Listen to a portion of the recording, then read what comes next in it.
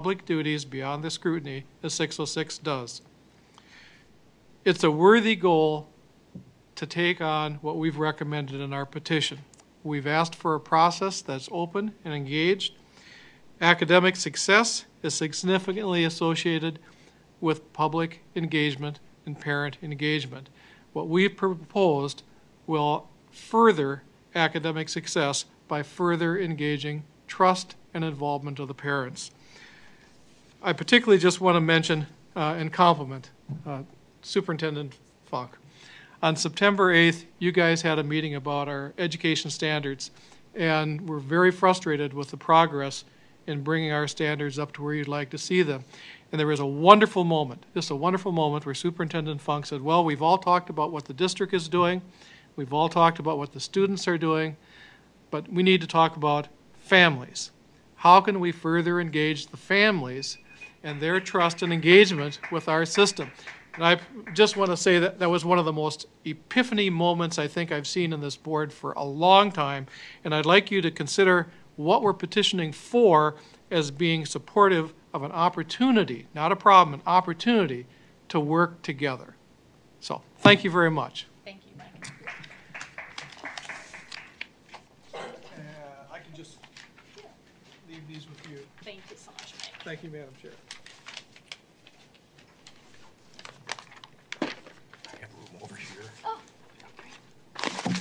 And we can actually give it back to Joan.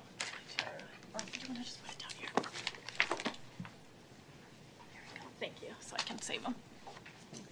All right. Our next speaker is Jessica Johnson.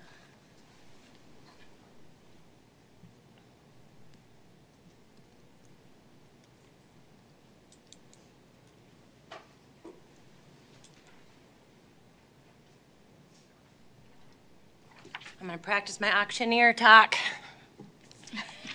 Just kidding. Jessica Johnson, Stillwater, Minnesota.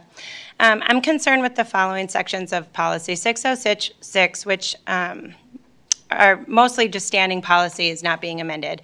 Section 4, responsibility of selection, although it states an opportunity for input and consideration of parents and community shall be given the opportunities to do so through the curriculum development effort and advisory committee have been closed off for as long as I've been attempting to participate. No information available as to how to be a part of the said committee, no public record of who's on them, where or when these committees meet, or what it is to be discussed or what has been discussed. As an arm of the governing body, these details should be readily available to the public. Section 5, selection of textbooks and other instructional materials.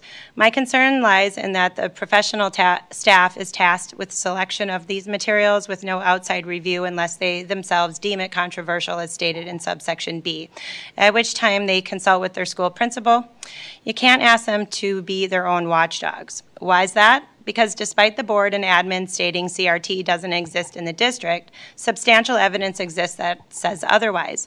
The teachers and administration don't believe the curriculum and instructional materials they are using is controversial. Why would they? They themselves are being taught critical race theory, anti-American history, and anti-white propaganda through their college programs, Woke Wednesday communications from the cultural liaison tasked with diversity, equity, and inclusion, education that's synonymous with CRT, and through professional development both in and out of the district. Professional development books held at the district office include How to Be Anti-Racist, Right on Race, What Does It Mean to Be White, Me and White Supremacy, White Privilege, all books teaching the tenets of CRT and doing an injustice to all the students by shifting blame of outcome on anyone of European descent, in particular males, and removing hope of the American dream for all. 2 of my kids participated in the AVID program, which was told to me to be aimed at kids' organizational habits, problem solving, critical thinking. I was quite surprised to hear that they were discussing gender ideologies. When I asked for the curriculum, I was told that that was brought in by a program called Story Arc, and therefore that curriculum was not available.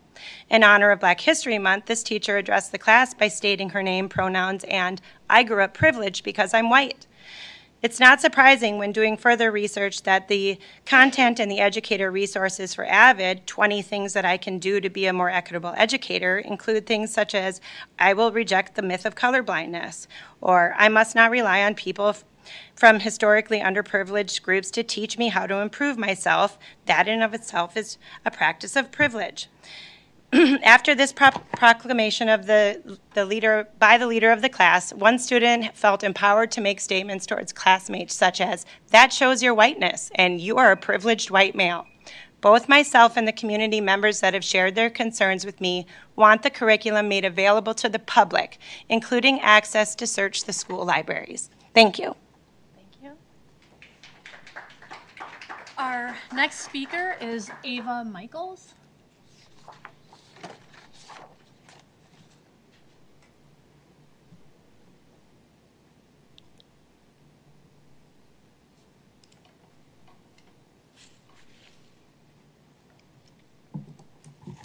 Good evening, Superintendent Funk, directors, and community.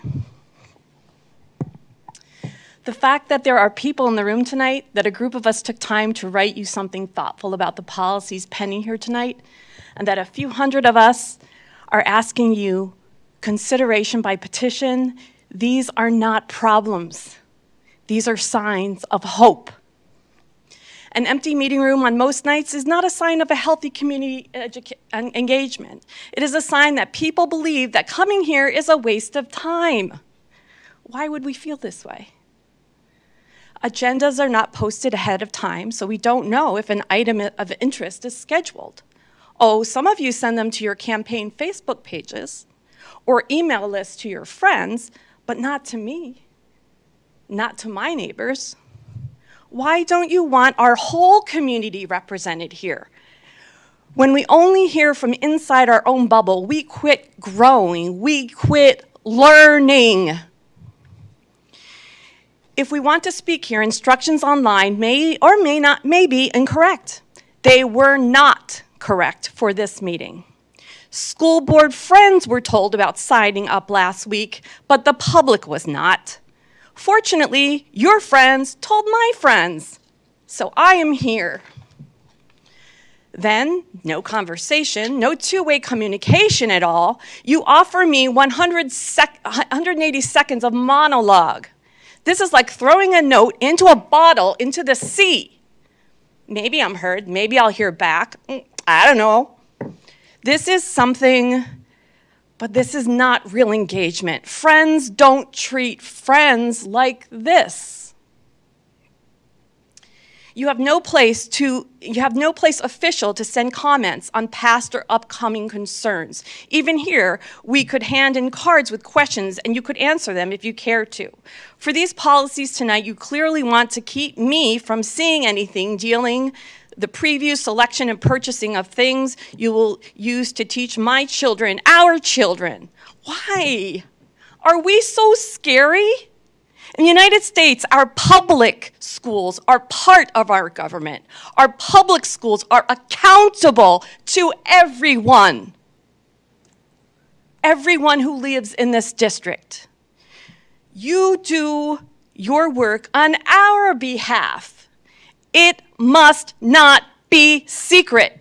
We are your neighbors. Let us in. Thank you.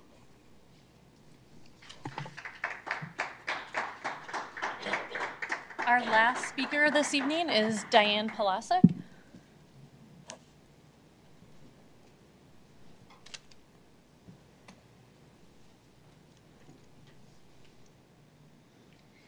Thank you, Board and Superintendent Funk. My name is Diane Polasek, and I live in Stillwater Township.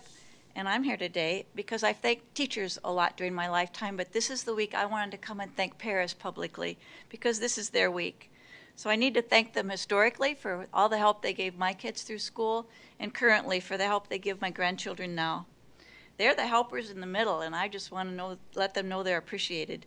Whether they're in the classroom, they're in the health room, they're in the media center, they're on the playground, they direct traffic, they're in the lunchroom to prevent chaos. They direct traffic, I think I said that, and also they help one-on-one with students so those students can have a better day. They're in all the places, helping them to learn to think, to ask questions, to find the truth, to make good decisions on. It's important work, and I want them to know they're important, and I want to thank them all, and the district for hiring them. Thank you.